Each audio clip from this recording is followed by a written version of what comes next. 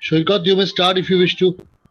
Yes, a very good afternoon to you all.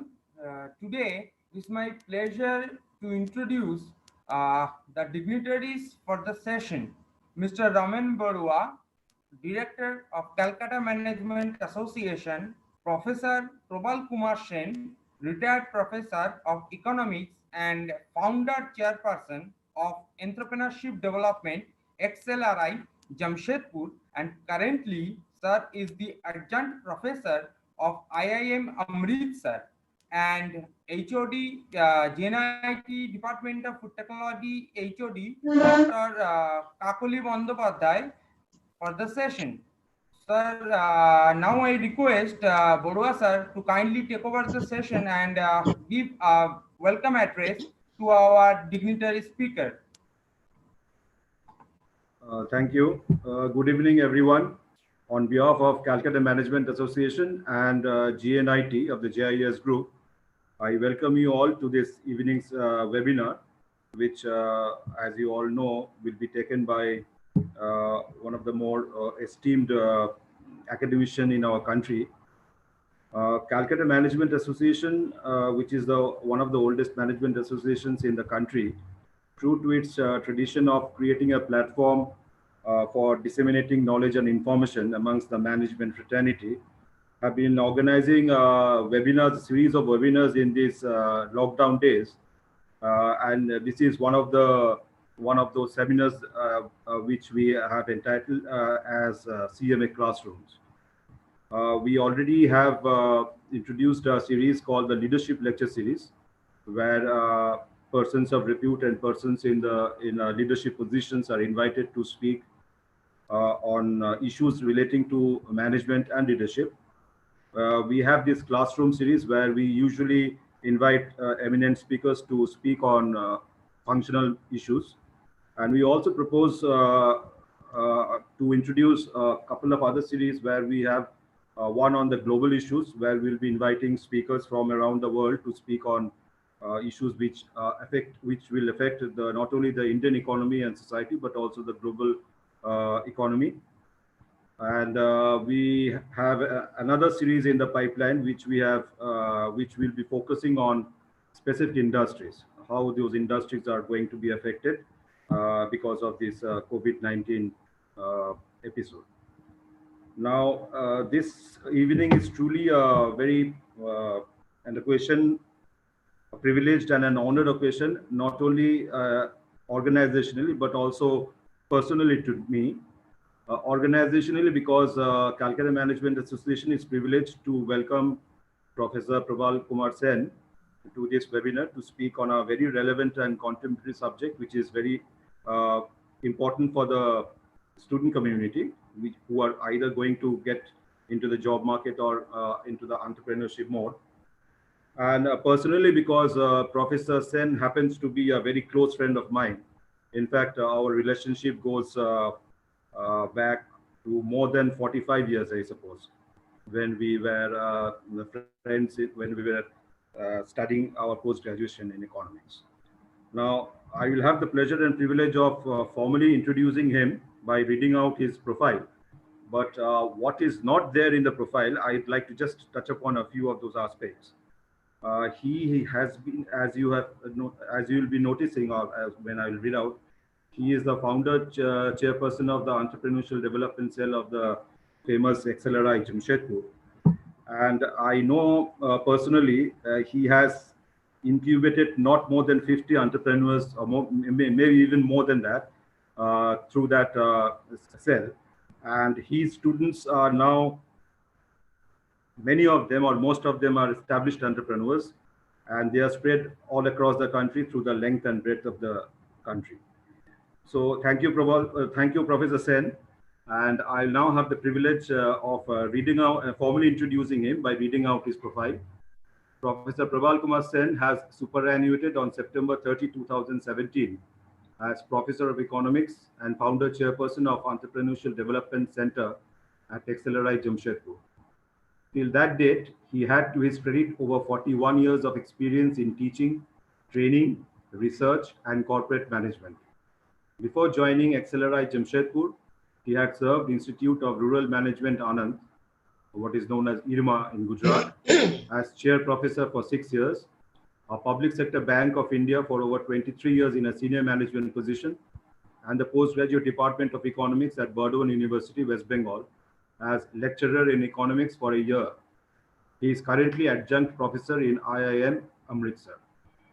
Professor Sen has taught as a visiting professor at several premier institutions, including notably IIM Ahmedabad, IIM Ranchi, IIT Dhanbad, IIT ISM in fact, Xavier Institute of Management and Research, Mumbai, National Academy of Direct Taxes, Nagpur, Praxis Business School, Kolkata, and Kaziranga University, Jorhat. As the founder chairperson of the Entrepreneurship Development Center at XLRI, Professor Sen has been instrumental in launching a full-time postgraduate program for certificate in entrepreneurship management in XLRI, which gained the reputation of being one of the most effective academic initiatives for promotion of entrepreneurship in India.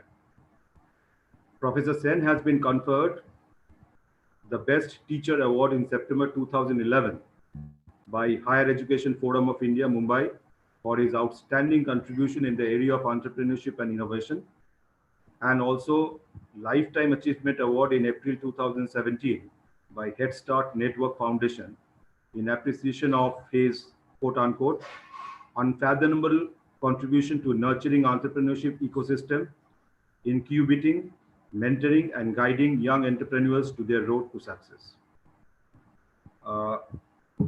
Thank you, Professor Sen. Welcome you to this webinar. It's all yours.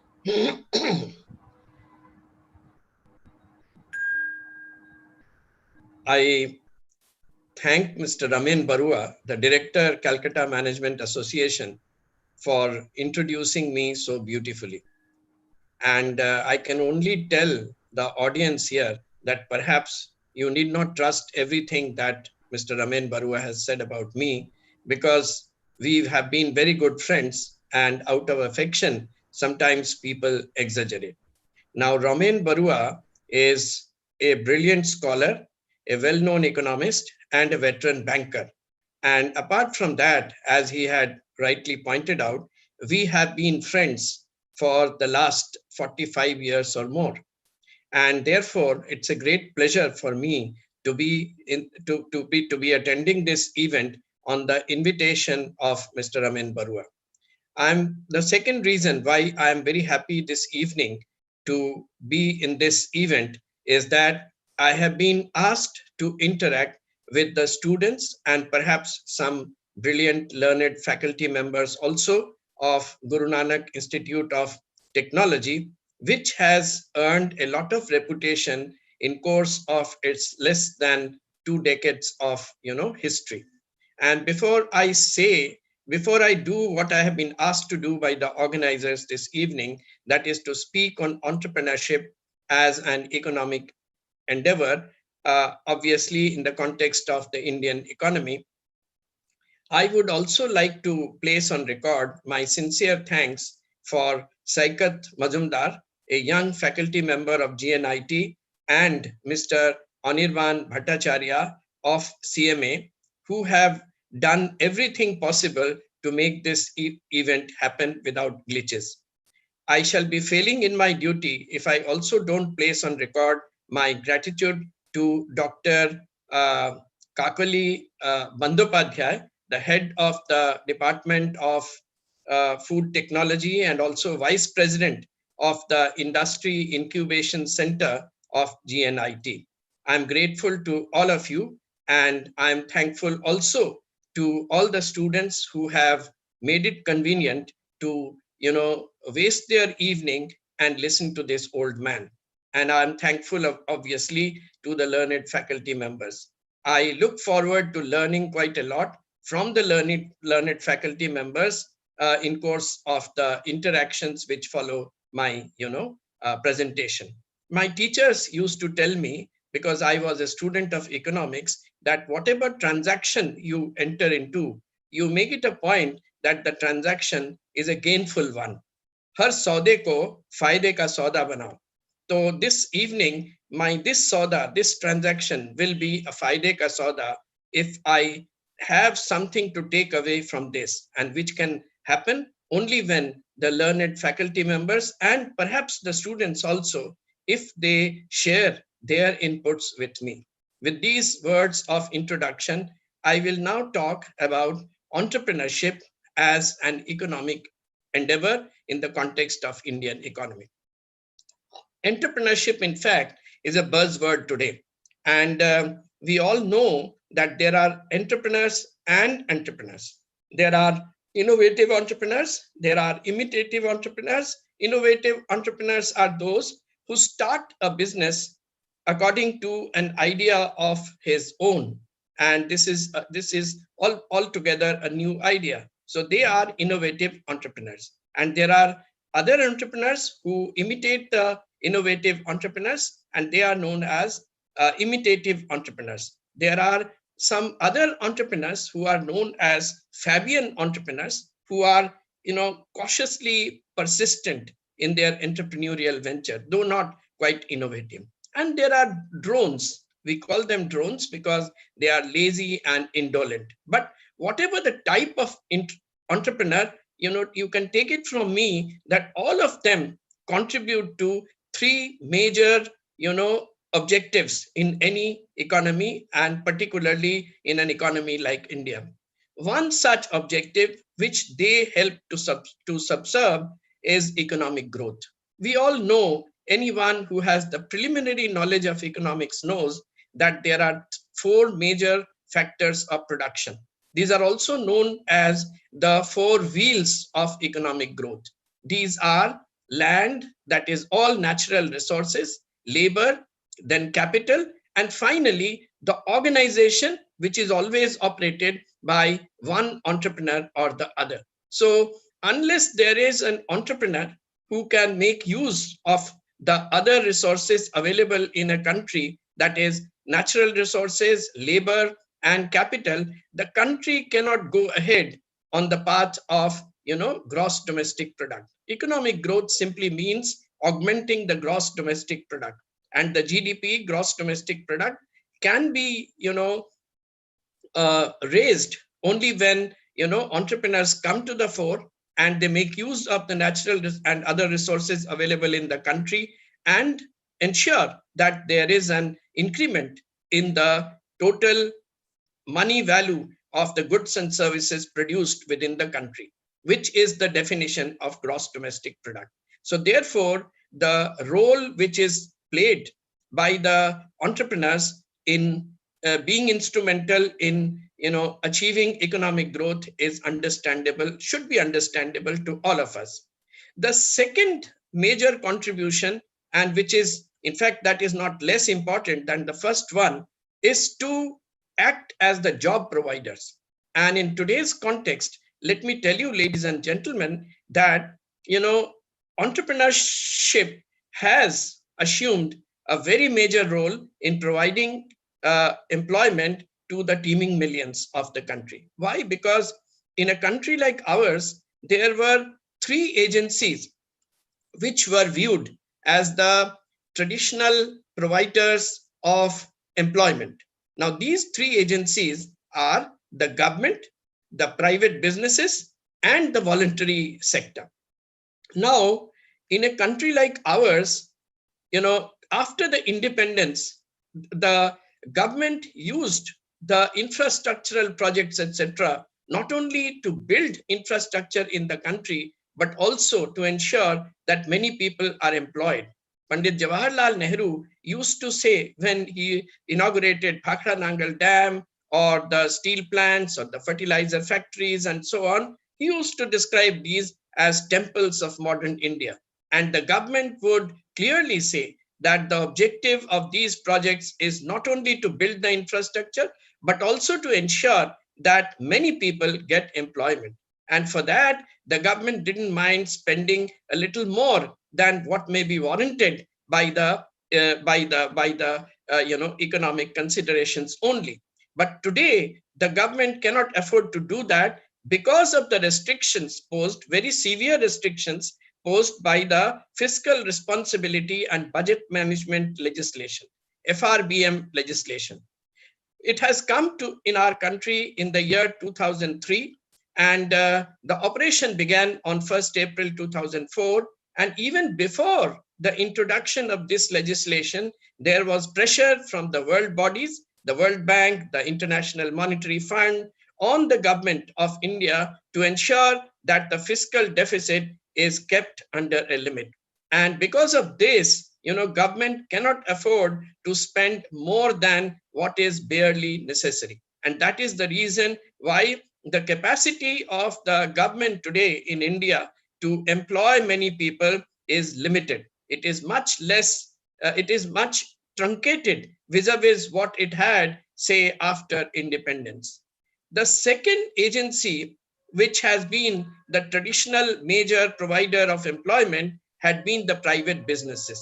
And private businesses also, they have limited capacity to employ people today because their business models have undergone significant change, and which had, brought in a lot of automation. And today we hear of, this artificial intelligence and robotics, etc. Now, because of the introduction of such, mechanization, automation, artificial intelligence, etc., what could be done by 25 people can be done by one machine and a one man behind it. So therefore, their capacity, the private businesses' capacity to employ people is also much less than it used to be in the years past. The third agency which used to employ many people was voluntary sector. That is the NGOs and the other development organizations, etc. But today, all of you know, young ladies and gentlemen, that the incidence of philanthropy is declining significantly. That is, donations are not coming in the same volume as they used to come, say, many years back. And as a result, the capacity of the voluntary sector also to employ people is much less than what used to be. So, the three major providers of what is known as wage employment are no longer, major providers today. Their capacity is much truncated today, currently. So therefore, there is another route through which the young people can look forward to getting employment, and fruitful employment, gainful employment, if I quote ILO's definition. This one, ILO says decent and gainful employment. Now, decent and gainful employment, therefore, can be had by these people through the mode of self-employment. I didn't tell you earlier that there are two major routes through which employment is generally made available to the people, to the human resources. One is wage employment. And I told you the situation which prevails today in regard to wage employment. So the second route of employment, namely self-employment, is very, very significant in today's context. And what is self-employment? Self-employment is nothing but the entrepreneurship. When the entrepreneurs come to the fore, they are said to be, promoting self-employment. So therefore, it is quite clear to all of us that today entrepreneurship is a very important source of, providing employment to the human resources in a country like India. The third contribution of entrepreneurship, to recapitulate what I had said so far, I had said that entrepreneurship contributes to economic growth. I've said that the entrepreneurship is a very major provider of jobs today. And third contribution of entrepreneurship is that it helps to meet the felt needs of the underserved and unserved sectors of the economy, underserved and unserved sections of the society.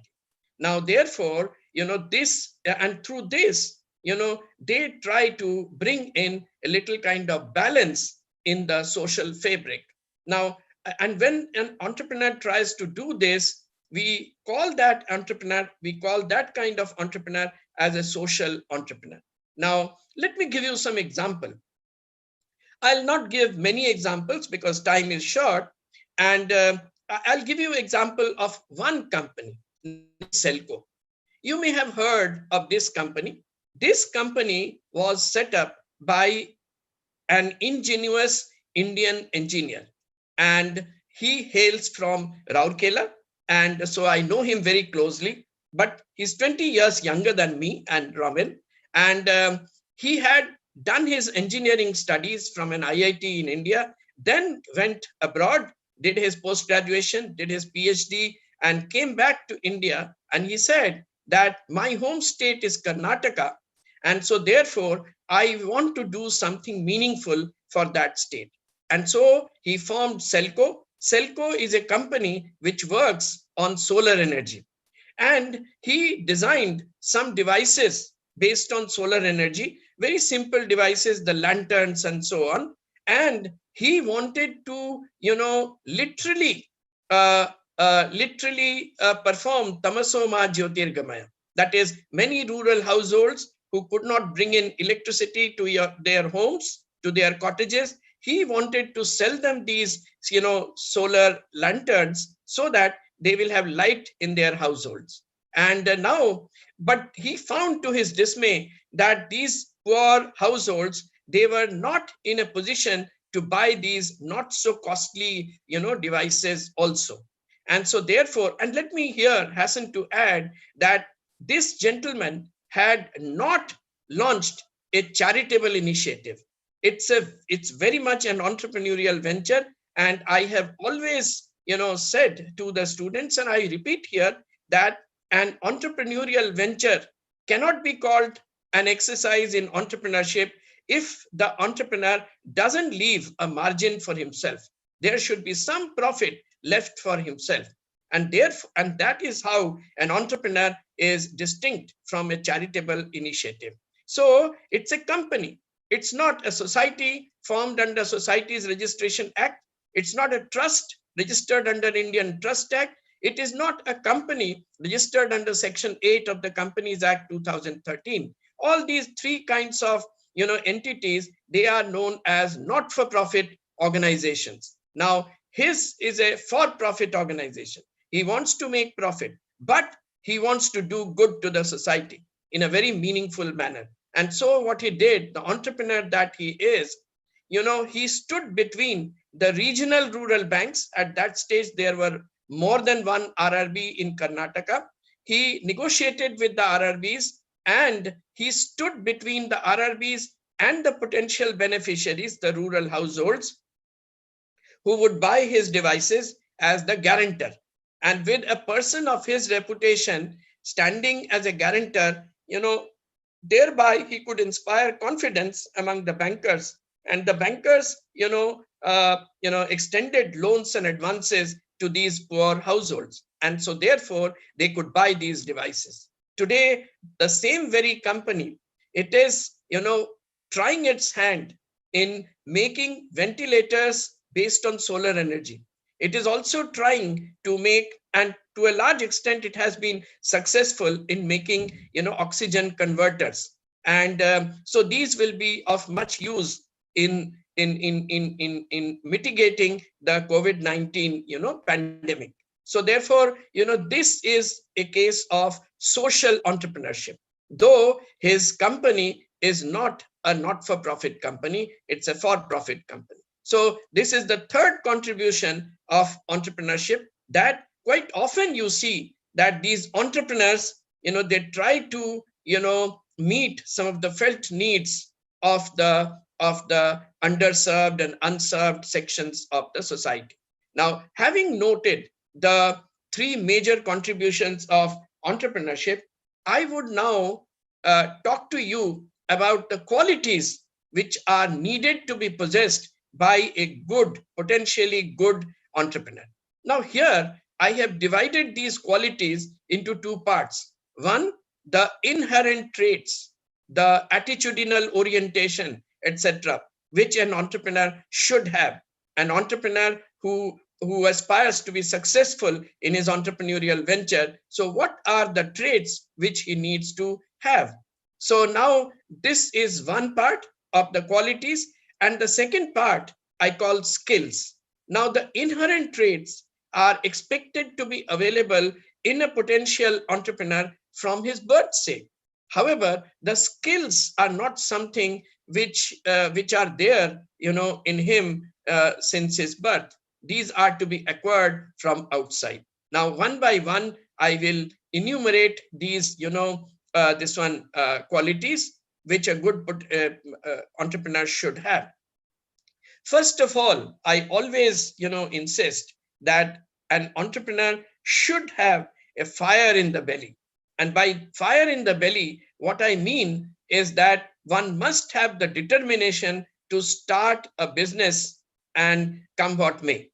There may be failures, there may be risks, but in spite of all these, the entrepreneur should be ready to go ahead in his entrepreneurial, journey. So that is what is, fire in the belly. So unless one has the fire in the belly, even if he undergoes training in XLRI's EDC or Entrepreneurship Development Institute of Ahmedabad or IIM such incubation center, etc., he cannot become a good entrepreneur. He must have the fire in the belly. And then I say that he must have an idea. It may be a very rudimentary idea. It may be in a very nebulous form. And that idea can be refined, can be strengthened in due course. But he must have some idea as to what he wants to do in his entrepreneurial journey. And then I say that perseverance is something which an entrepreneur must have. He must be hardworking. And if he insists that I should have a 10 to 5, working hour, etc., then perhaps entrepreneurship is not his cup of tea. And then people friendliness.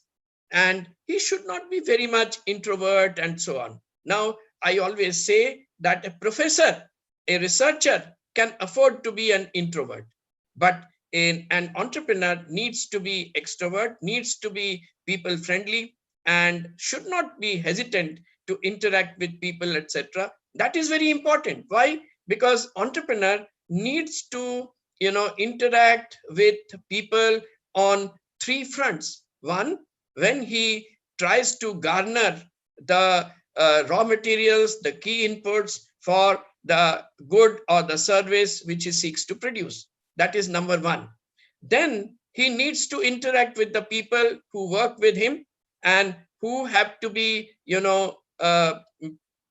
persuaded, who have to be motivated to, operate the venture in the manner he wants them to do. So second front. And the third front is when he seeks to sell his good or the service. He again will have to interact with individual or corporate, entities in order that he can sell his good or the service which he has produced through his entrepreneurial venture. So therefore, one needs to be, in order to be a good entrepreneur, one needs to be people friendly. And then multitasking. Multitasking is something which is very important.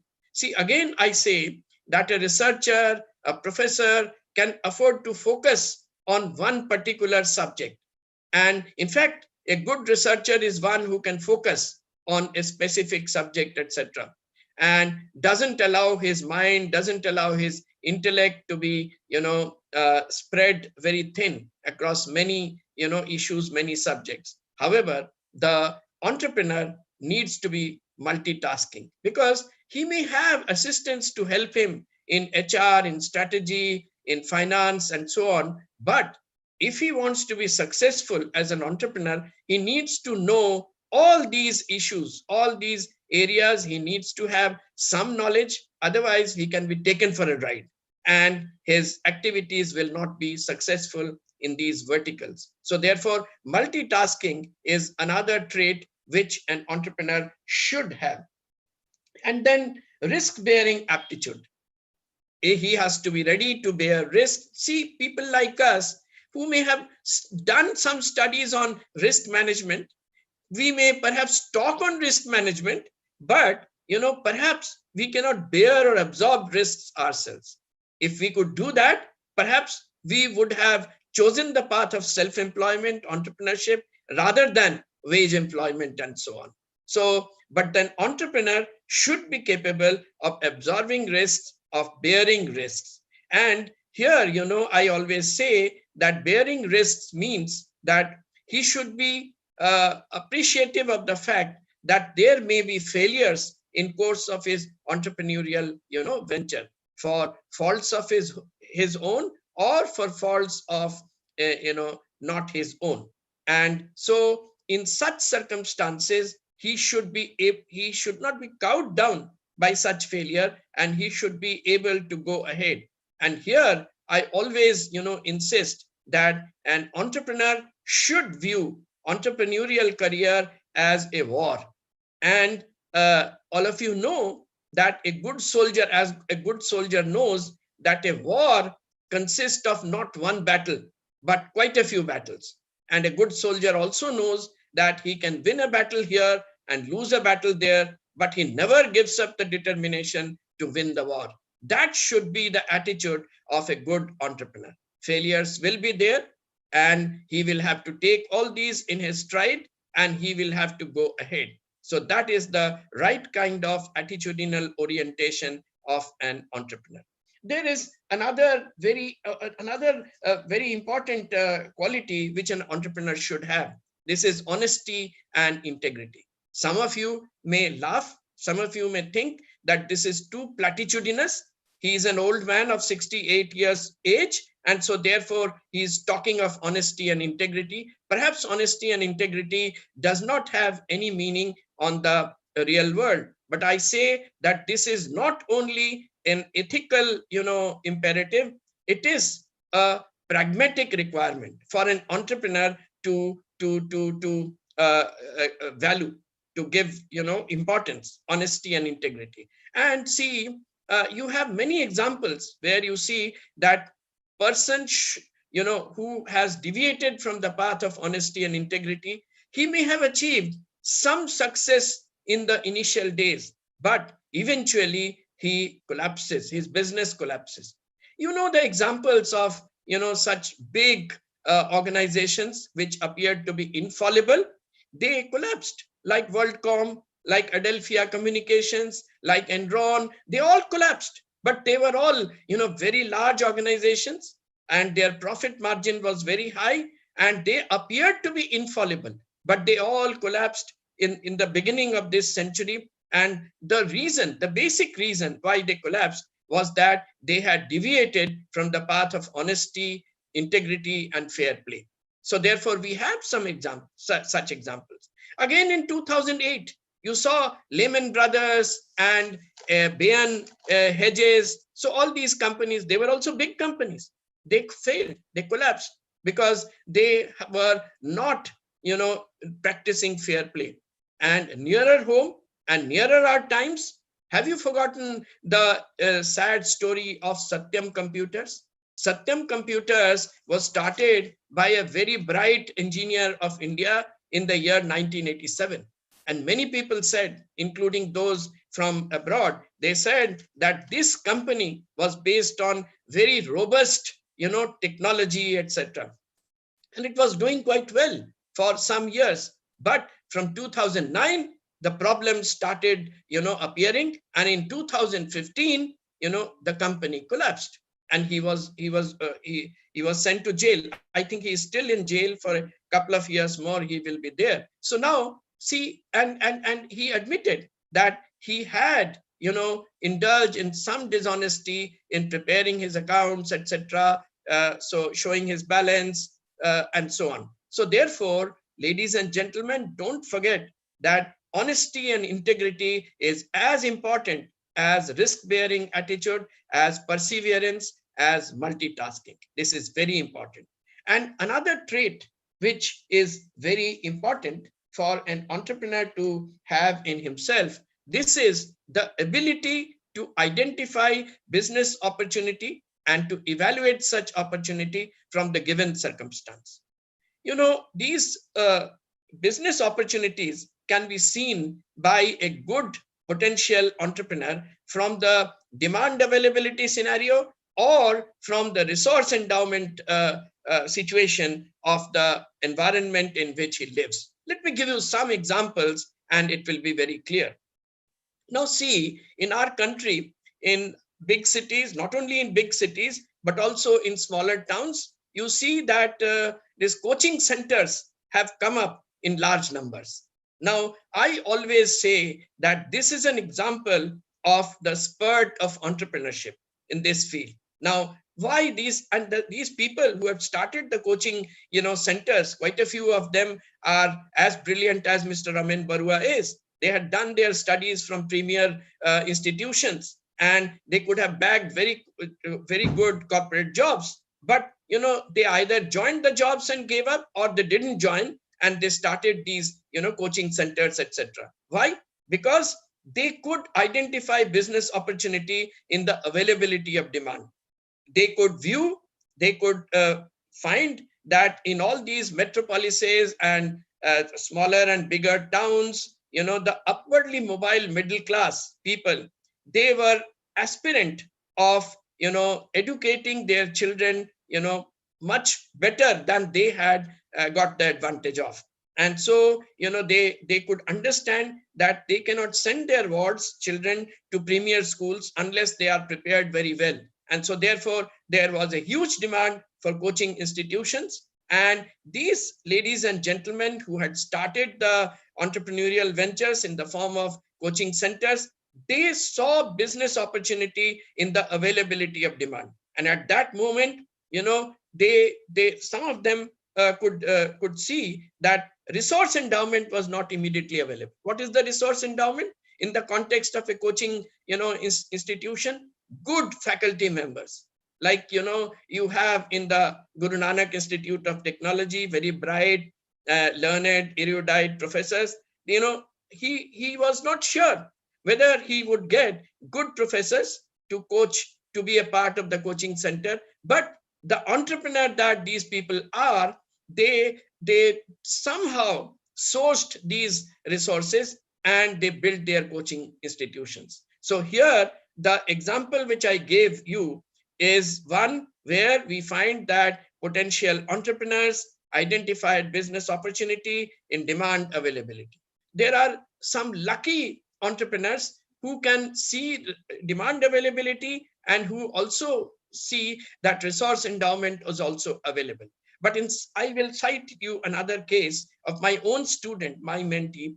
Now, he was a very good student. He is a Jamshedpur boy, and he did his graduation from a premier school in Delhi. And then he did his post-graduation from IRMA in Gujarat, Institute of Rural Management, Anand.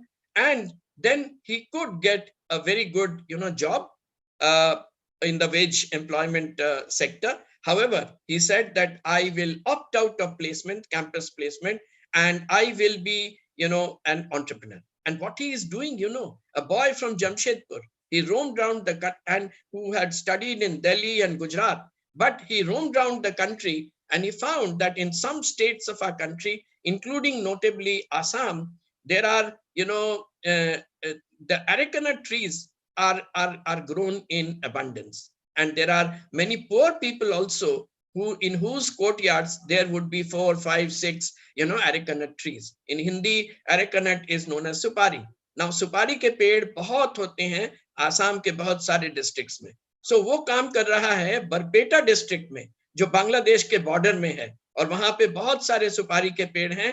गरीब के घर में, गरीब के आंगन में भी ये सुपारी के पेड़ हैं. So he went to all these people and he said that you are wasting the leaves of the arecanut trees. Would you mind selling these leaves to us? It was a pleasant surprise to them. They could never think that, the arecanut leaves which are going waste would be, bought by someone, and in lieu of that, they will fetch some income. So people said, okay, we are agreeable, but will you be doing it on an ongoing basis? He said, yes, because I'm going to set up a plant where I will make, utensils out of these leaves, the dinnerware. And I had gone to Barpeta, seen his project, and now these utensils are made of arecanut leaves. These are sturdier than sal leaf plates, etc., and costlier also. And now, and on my advice, he had gone to CFTRI, Central Food Technology Research Institute. Why? This is not a food item. And yet I advised him to go to CFTRI to check with the scientists there whether, it will be hygienic on the part of a consumer to take food from such utensils. And they gave some tips and he followed these. And this is now, humidity free and it is hygienically conducive, okay. And he has also made these, these what you call this at kitchens you have this where you put the utensil and you heat the things. So this is this can be used in those machines also. Now he knows that he cannot sell these plates, dinnerware, in any city, in the villages he can't. He can sell only in the metropolises of India. So, he had seen business opportunity in resource endowment and demand was not immediately visible to him. But again, since he is a good entrepreneur, potentially he was a good entrepreneur, he, discovered, demand. He is now selling these to the Western countries, to European countries, to US, and also metropolises of India, because he had emphasized on the eco-friendliness of this particular, set of items, and so he knows that people who have a deeper pocket, only they can afford to be more eco-friendly. So this is being bought by relatively richer people in Western Europe, in America, and in metropolises of India, and he's making a lot of profit. I will ask the students to go to the website immediately and see www.tpmc. TPMC is Tamil Plate Marketing Company. Tamil in Assamese language means arecanut. Tamul, T-A-M-U-L, Tamil Plate Marketing Company. Now, the website is www.tpmc.co.in. If you go to the website, you will see the pictures of these utensils, etc., and the market which he has discovered and how he's selling all these.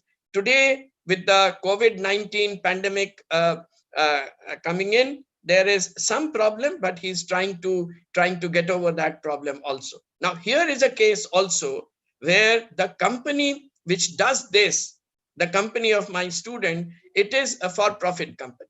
It is not a not-for-profit company. And yet I would describe this company, this organization, as an exercise in social entrepreneurship, because he is, he is contributing livelihood to the poor people who are selling the arecanut leaves to him, and he is providing employment to other people who work for his facility, and he is, emphasizing, this ecological balance. So therefore, it is again a case of, social, entrepreneurship. Now, the point which I was trying to make here is that a good, potentially good entrepreneur should identify business opportunity either in availability of demand, like the coaching people who had started coaching centers had done, or in resource endowment, like my student is doing in Barpeta. He saw a resource and he knew that demand is not immediately available, but he, created the demand. There are other examples where people are lucky and they see demand availability as well as resource endowment. Like one student of mine from XLRI, he has started an enterprise called Fresh Machli, and his website is freshmachli.com. And now this, what is the business model?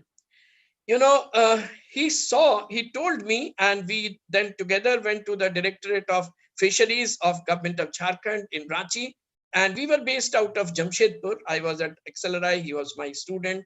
Then we went to Ranchi, the state headquarters. We met the Director of Fisheries, etc. We negotiated and we got his help. What help?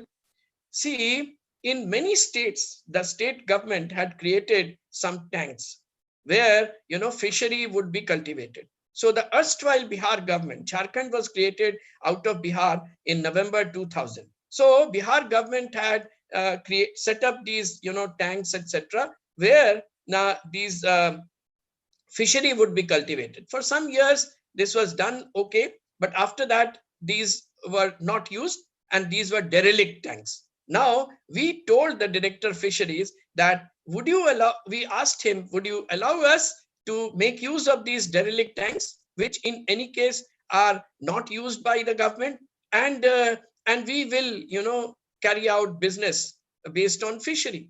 Now the government said, the director said that my cabinet would ask me, what is the quid pro quo? You are allowing private people to make use of government infrastructure. So what is the government getting? So we said that we will provide training to the women of the nearby areas, and the government agreed, and some papers were signed, and the boy is carrying out the business. Now here he saw business opportunity in resource endowment. The tanks were available. He need not have, it was not necessary for him to invest in setting up these tanks, etc. So these were very good tanks. Ab initio, these were very good. So resource endowment was there, and he was lucky. Demand availability was also there. Like, people in West Bengal, people in Jharkhand also, they are fish eaters. Majority of them are fish eaters. And Jharkhand is deficit in the supply of fish. And much of the fish which is consumed by the people in Jharkhand comes from Andhra Pradesh and Telangana. So therefore, the demand availability was also there, and he cannot go beyond Jamshedpur now, because there is so much of demand in Jamshedpur and in the areas around Jamshedpur that he can't go to Dhanbad or Ranchi or Bokaro, etc. within Jharkhand. So now see, he was lucky. He saw resource endowment. He identified business opportunity there, and he also saw demand availability. Now, recently, I had gone to Nagpur. I was asked to deliver a keynote address in an international conference. And there, I told the organizers that I'm so happy to come to the real center of India, Nagpur, and people are also so good, etc. But I'm very unhappy to see one thing, and that is when I landed at Nagpur airport, I saw that there are some banners which said, welcome to Orange capital of India. Like when you go to Dhanbad, you may have seen, welcome to coal capital of India. So there, we saw these banners, welcome to Orange capital of India. However, I didn't find a single processing plant based on orange in Nagpur. So I told the organizers that you should do some work, some extra mile you should move, and should try that some young people here start some venture based on this resource endowment, very rich resource endowment. So now the point which I will conclude here, this point, that a good entrepreneur, potentially good entrepreneur, should be able to identify business opportunity in demand availability as well as resource endowment, either resource endowment or demand availability or both. So I and you perhaps cannot identify business opportunity in our given environment, but the students, if any one of you is really potential entrepreneurs, you should be able to identify business opportunity in such given circumstances. Even today, with the COVID-19 pandemic, which has brought in some special circumstances, very unhappy circumstances, they can also trigger the entrepreneurial fire in you. I will talk about that when you ask questions on that. I'm sure you will ask questions on that. Now, I will go over to skills to be acquired from outside. I had so far talked about the inherent traits which a good entrepreneur should have in him, and preferably from his birth. And there are some skills which need to be acquired. And these skills have to be acquired from outside, from professors, from institutions, from internet, from library, but these are not inherently available in a particular person normally. So now these skills, like marketing skills, like, what kind of marketing strategy I should follow, whether, everyone knows today that transaction marketing is not good, relationship marketing is good. So that is, everyone knows, but whether he should go in for franchise mode, whether, and within franchise, whether he should go in for COCO or COFO or FOFO, modes, etc. All these details can be learned by an entrepreneur through some training. So marketing, this is a skill which one has to learn. And then HR management. I had said, you will remember, while I was enumerating the traits which a good entrepreneur should have, I had said that one should be people friendly. But people friendliness does not ensure that he will know how to recruit good people for his organization, how to retain people with him, and how to provide training and development facilities to the employees. And then when they leave, what is the exit policy which he should follow? These are matters of specifics, and these can be learned only through by undergoing a training program for HR management. Like then financial management. See, it is also a matter to be learned from outside. I say that there are at least 3 aspects of finance which one must learn. One, how to access funds, whether from banks or from venture capital organizations or from stock exchanges or from some government initiatives, etc. Now, how to access funds, that is something which has to be picked up, which has to be learned. And then secondly, after finance or funds have been garnered, how the funds should be used optimally. That is to be learned by an entrepreneur. And thirdly, after these funds have been made use of optimally, how to report, how to prepare balance sheet and profit and loss statement and cash flow statement. These are also very important. So, and then I say that another skill is very important, and that is the strategy for scaling up.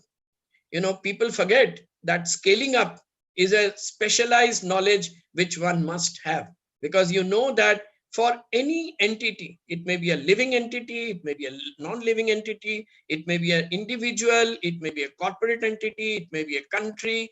If it doesn't grow, if it doesn't scale up, then it is as good as dead. So therefore, how to scale up the business in due course, that is also a matter to be picked up from institutions. This is a skill which has to be acquired from outside. And then, compliance with laws and regulatory norms, etc. Now, this program, most of the students here who have come here are from the Department of Food Technology. Now, food technology, if you are going in for producing some food item, you will have to adhere to some regulatory norms. We have these Food Safety and Standards Act 2006. We have a Food Safety and Standards Authority of India, which provides for regulatory norms, etc. And you know much better than I do. I don't want to carry coal to Newcastle. However, it will suffice to say that if one wants to go to food business, one has to know what are the regulatory norms which he has to adhere to. So this is also a matter which has to be acquired from outside.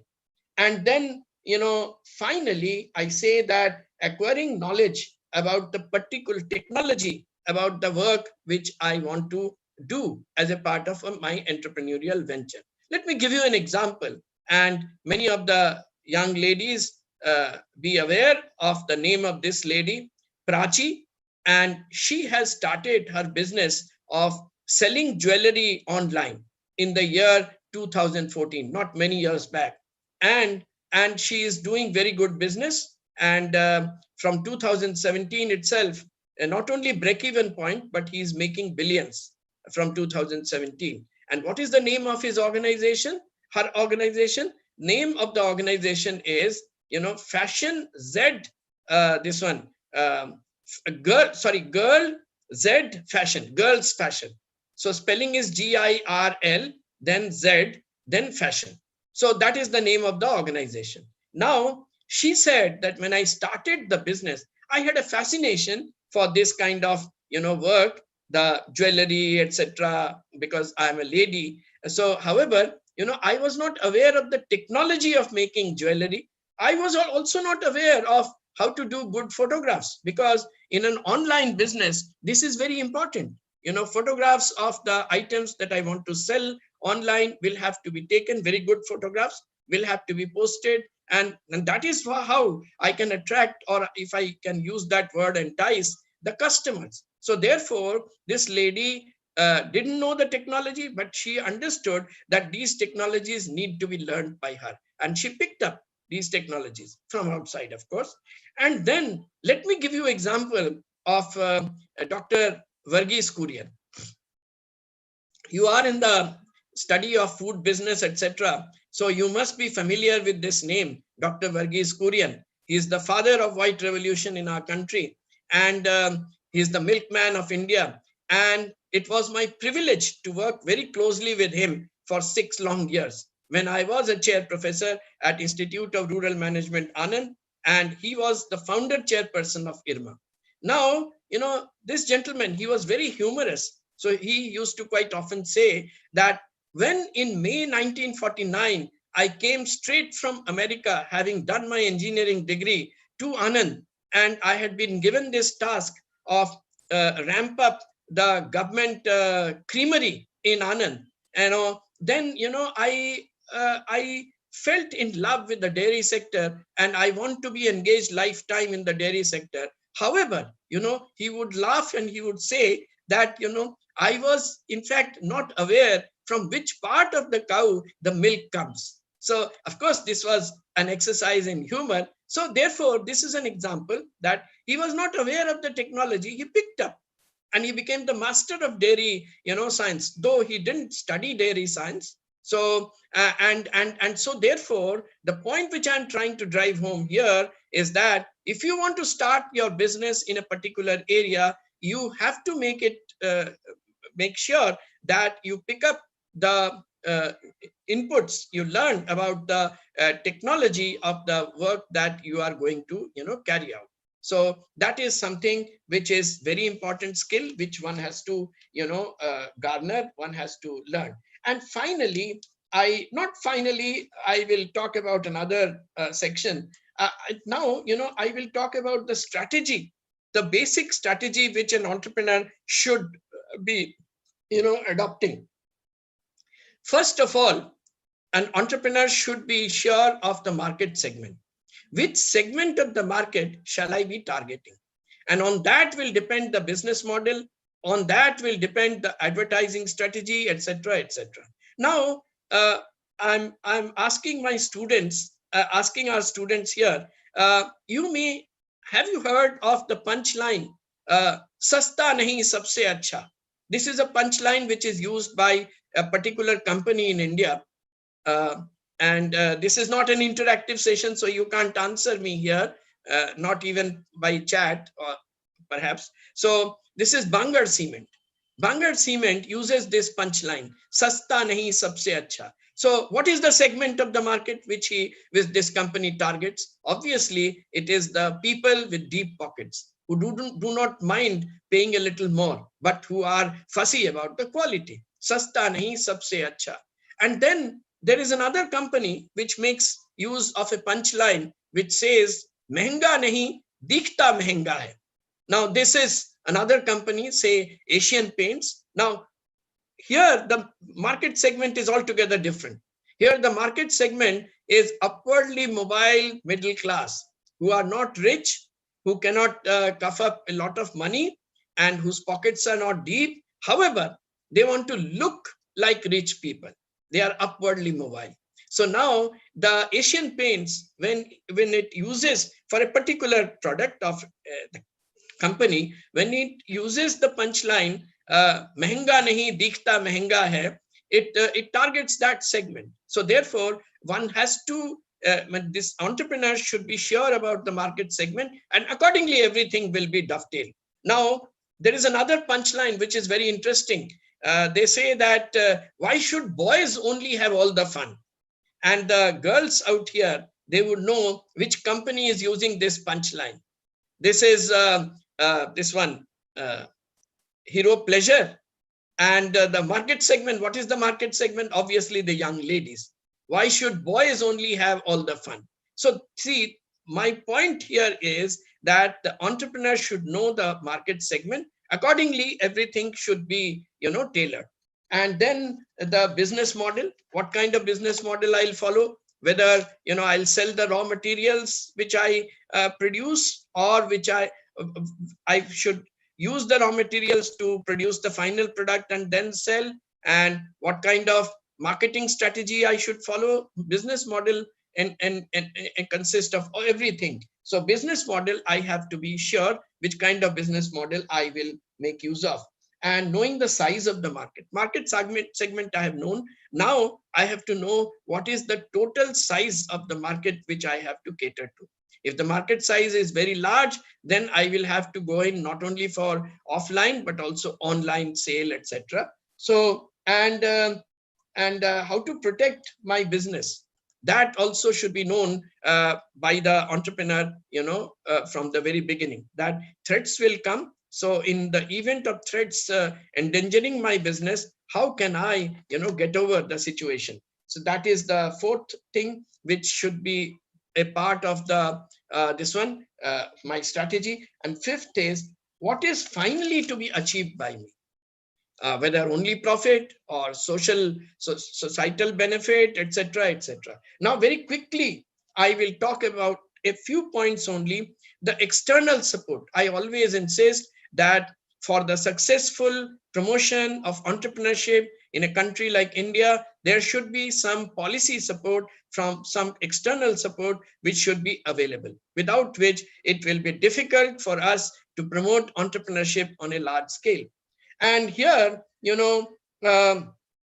I say that inputs from research and development, because not all organizations, entrepreneurial organizations, will be capable of, investing large funds in research and development. So government should do it and benefit the entrepreneurs with the results of the research. And in our country, since independence, our government had formed some very big organizations: CSIR, Council of Scientific and Industrial Research, then ICAR, Indian Council of Agricultural Research, etc. Now the work of these organizations is to do research and benefit the society out of the findings of the research. So that is the support which the society expects from the policymaker.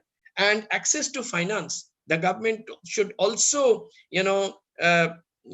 ensure that young entrepreneurs can access funds without much hassles, etc.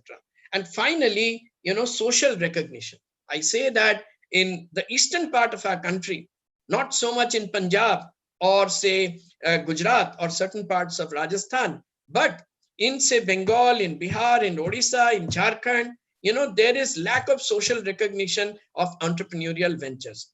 People do not value, people do not respect entrepreneurial ventures. So if that doesn't happen, then entrepreneurship cannot be promoted on a large scale. Let me give you a small example and I will conclude. Say there was a student of mine from XLRI. He was a Bokaro boy, and he wanted to do something in jointly with 3 other classmates of his. And it was a very good project. I had seen through this project, and the other 3 are doing this. But this boy, he wriggled out of this. And he said that, sir, he was almost weeping. And he said that, I have to opt out of this project. I said, क्यों भाई झगड़ा हो गया क्या?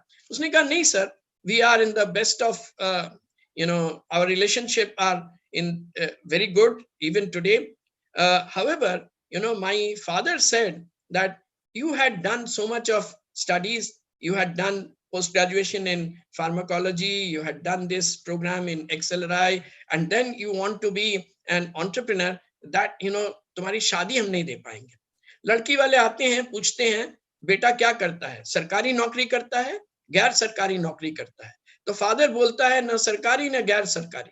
तो लड़की वाले पूछते हैं, तो फिर क्या करता है? तो my student's father said, he seeks to be an entrepreneur. So the people don't understand entrepreneurship kya bala hai, and they go away and they don't come back. So therefore, the father said, you apply for some job and you apply for some faculty position in a pharmacy college, etc. You are M.Pharm from a good institution, and then of course you have done this entrepreneurship management from XLRI. you do this, and then only I can, your marriage can happen. So I said, nahi bhai, shadi bhi zaruri hai. So he opted out of the entrepreneurial venture. This highlights the point that unless the social recognition is there, it will be difficult for entrepreneurship to be promoted on a large scale. Recently, say about 12 months back, 14 months back, I had gone to Ethiopia on the invitation of the government of Ethiopia. And my the objective, why I was invited, I was asked to talk to the professionals there and tell them how best they can become entrepreneurs. Because Ethiopia is endowed with rich natural resources, and yet it is one of the poorest countries of the world. And the Ethiopian government appreciates the fact that it may not always be possible for the government of Ethiopia to, bring the country up on the GDP ladder by using the rich natural resources. The private entrepreneurs will also have to come forward. So therefore, my job was to, rekindle the fire of entrepreneurship in them. I told the organizers that I would like some senior functionaries of the government and the educational institutions also to be present in my session, not only the professionals whom you would like to be turned into entrepreneurs. Why I wanted the government people, etc., because I would then tell them what would be their role in ensuring this social recognition, in imparting this kind of, feeling among the people that they should all contribute to, this bringing in the social recognition, and people should value entrepreneurship. So that is something which has to come from, outside. So to recapitulate what I talked this evening, I had said what is the significance of entrepreneurship, how entrepreneurship contributes to different major objectives of an economy, like, growth and job providing and meeting social needs, etc. And then I said, what are the qualities to be possessed by a potential, entrepreneur? Then here I have divided my section into two parts: inherent traits and skills. And then I have talked about strategy to be adopted by an entrepreneur. And then finally, the external support which is needed from the policymakers in order to ensure that entrepreneurship can be promoted on a large scale in a country like India. Now I'm through, and I will love to, answer questions subject to my limited, capacity. Thank you, sir. Thank you for your wonderful speech on entrepreneurship, which I think students and all the participants will gain very high knowledge. And now we have, sir, a few questions. The first question is from Manojit Chaudhary. How can entrepreneurship and innovation be stimulated to develop in framework of improvement of pro-development socio-economic policy? It's about the, I think, socio-economic policy he's talking about. Okay. If I have understood, Manojit, your question, then perhaps you want me to speak on the role of entrepreneurship and innovation in promoting socio-economic development of a country like India. Now, in a country like India, the first socio-economic issue which needs to be tackled is the poverty. Today, at least say 25%, if not more, of the population is in dire poverty. And my feeling is that with COVID-19 pandemic, happening in our country and the lockdown, etc., many more people would go to the poverty level. Thanks to our government's policies like IRDP and SGSY and NREGA and Food Security Act, etc., people had come out of, large number of people had come out of poverty. However, today, they are going back to the poverty. And so how to bring these people above the poverty line? Now, the poor people, there can be two kinds of poor people. One, who can be turned into entrepreneurs, like poultry farmers, dairy farmers, or carrying out some artisan activities, etc. So they are, entrepreneurs. And but there are some other people, poor people, they cannot be turned into entrepreneurs overnight. They will be good as wage earners. So therefore, the wage earning route cannot be, contributed so significantly by individual entrepreneurs. They can provide employment to 2, 3, 4 people.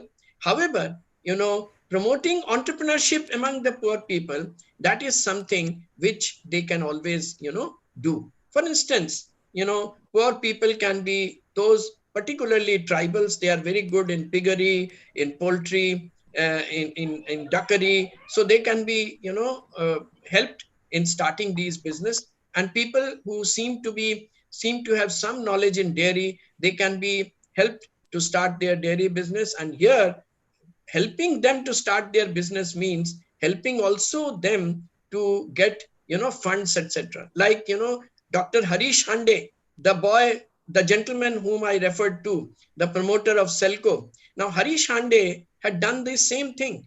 He had stood as a guarantor, and so the banks and inspire confidence among the banks, and the banks lent to the people to buy the lanterns. In this case, if you want to be an entrepreneur to help the socio-economic development, you can be a guarantor and you can help these people to get funds from the banks, etc.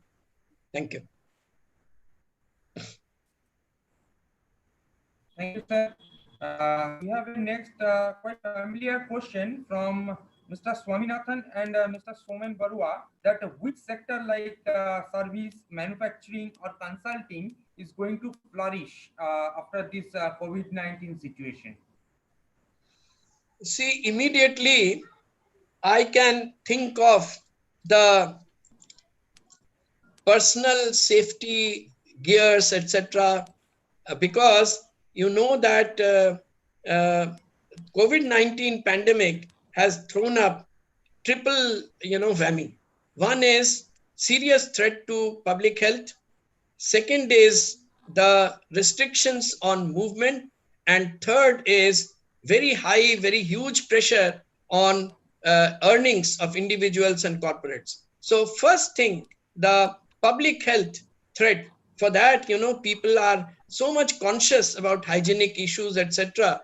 And I'm sure even after pandemic has gone away, people would perhaps continue to use these masks. People will continue to use gloves. People will continue to use, if not sanitizers, but good soaps, etc. So why not, start manufacturing some kind of soaps which can be made, at a cost which is much less than the branded items which are in the market today, and the masks and the gloves, all these.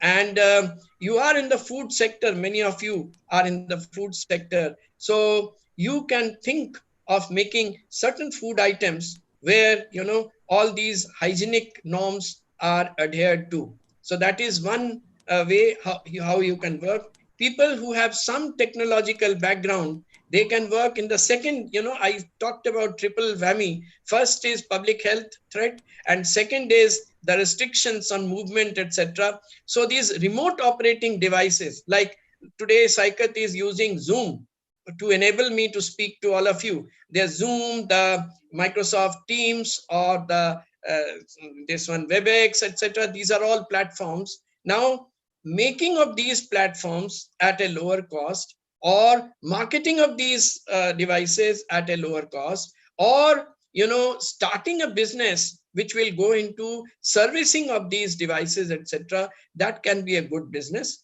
And thirdly, because it is third point, I said that a huge pressure on individual earnings, personal earnings. So therefore, you can think of making many things which are today available at a cost which is exorbitant. You can make these at a lesser cost.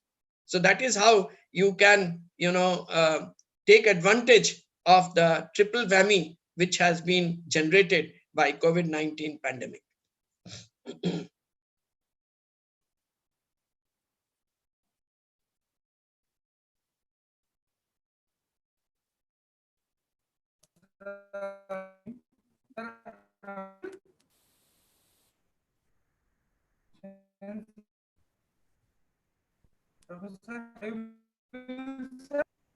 I can't hear you. Now, yeah, I can see you. You can talk now. No, thank you. Yes, suddenly due to my network issue, I just got disconnected. We have two questions right now. One is from students that few days ago we just searched which area has been mostly disrupted due to this COVID-19, and we have found that No, Saikat, I can't hear you. The last part. I couldn't hear you.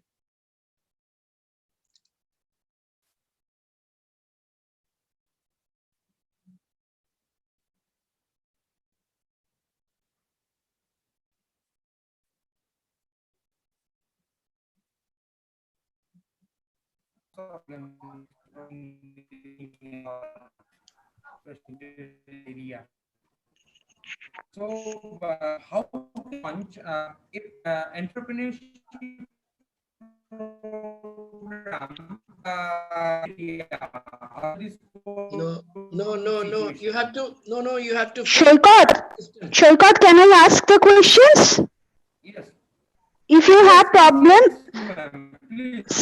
sir, Professor Shane, can you hear me? Yes, I can. Please. Yes. Okay. So next, yeah. okay, next question is from a student, Rajdeep Chakraborty. Yes. What could be the market strategy if we want to launch our product in rural after the pandemic? Okay.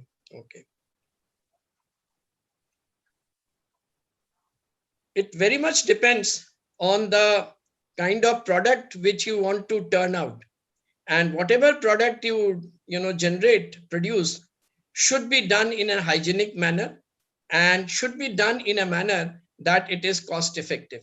These two things have to be taken care of if you want to target particularly the rural sector, because rural sector they are in need of goods and services which can be bought at a lower cost. Next question from, I think, Monojit Chaudhary. How can entrepreneurship? I am taking over. Thank you, madam. I have a stable Okay. connection. Okay. Sir, we are going to take the last question from a person, I think from UEM, Sumanta Bose. He is pursuing MBA from UEM, and she has will not right now have a skill level in the sector. So when we move into this pandemic, we must start in marketing. Then how can a new entrepreneur focus on e-commerce business? Saikat, the full question was not quite properly audible. Just I am trying to say again, sir. Yes. In this pandemic situation, people are buying less and try to save more. It reduced the effective DD in the market. Mostly new entrepreneur focus in the e-commerce, and e-commerce business needs skilled labor. And due to lack of knowledge, we have less number of skilled labor. So how can an entrepreneur should start a e-commerce business in this pandemic situation? Okay. In fact, Saikat, I think that in the days to come, there will be more online business than offline activities, because people would not like to people would like to avoid these mingling with many others, etc. So online business will have a good future. However, in online business there are certain things which the entrepreneur will have to take care of, and that is the things will have to be made in a hygienic manner. and the people who are engaged in the delivery of these items are trained properly, and so that they adhere to the norms of hygiene, norms of social distancing, etc., etc. And today you may have seen that the big online companies, the Amazon and all, they are also advertising this. Their delivery personnel, they are using gloves, and they are also adhering to the norms of social distancing, etc. And every day when they step into the office, they have to go through some sanitization, exercise. So that has to be done. Thank you, sir. Thank you for taking questions and your precious. I'd like to request Kakuli on the HOD Department of Food Technology, Institute of Technology, to give the vote thanks. Madam, over to you. Okay, Saikat. So I think all are experiencing wonderful session, and this is very much required under this pandemic conditions. How to survive. So on behalf of GIS Group and on behalf of Guru Nanak Institute of Technology, myself, Dr. Kakuli Bandyopadhyay, must be thankful to Professor Prabal Kumar Sen for sharing his ideas with us. And obviously, I am very much thankful to Mr. Ramen Borua and its team, that is Calcutta Management Association, for associating with us through this lockdown period. Not only through this webinar, they're helping us a lot for organizing this kind of webinars in this platform. So thank you all. I must be thankful to Mr. Saikat Mazumder, Assistant Professor, Department of Food Technology of Guru Nanak Institute of Technology, to make this liaison so that this program will happen. So finally, all the participants who are listening this, and I think this will be very much informative for them. So thank you all. Thank you very much. Thank you, ma'am. Thank you. Thank you, ma'am. Thank you, sir.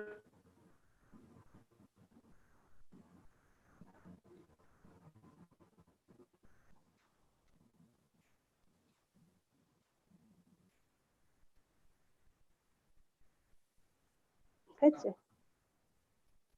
I request Mr. Anirban to please close the session. Please. Yes, we have different upcoming webinars of CMA. Shall I leave? Saikat, shall I leave? With special to bank